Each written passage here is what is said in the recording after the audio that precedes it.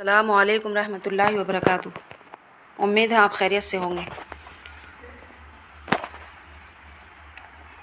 سوال ہے، کون سا کوڑا اٹھانے سے جنت میں حوریں ملے گی؟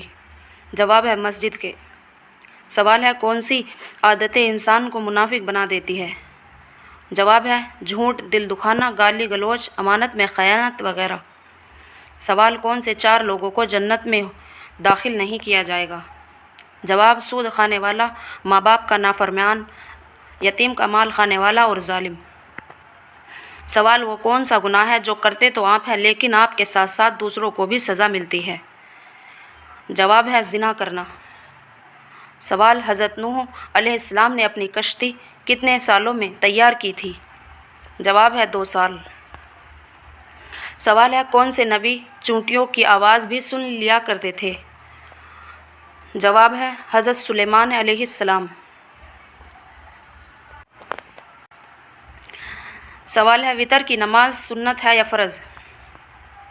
جواب ہے، واجب ہے۔ سوال ہے، اللہ پاک کے نبی حضرت ابراہیم علیہ السلام کا مبارک پیشہ کیا تھا؟ جواب ہے، کھیتی باڑی۔ سوال ہے، انسان مرنے کے بعد کتنی دیر تک لوگوں کی باتیں سن سکتا ہے؟ جواب ہے، 1 گھنٹہ۔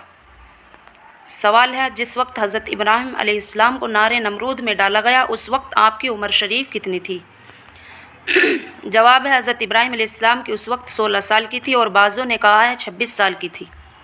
سوال ہے، اسلام میں سب سے پہلے کس کی میراث تقسیم کی گئی؟ جواب ہے، اسلام میں سب سے پہلے حضرت سید بن ربیعہ رضی اللہ تعالی عنہ کی میراث تقسیم کی گئی۔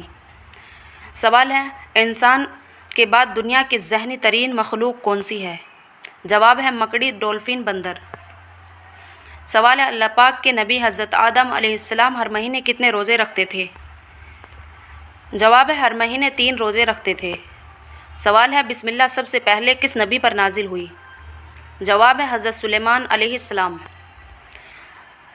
سوال ہے، جلد بازی کس کی صفت قرار دیتی ہے؟ جواب ہے، شیطان کی۔ سوال ہے، اللہ پاک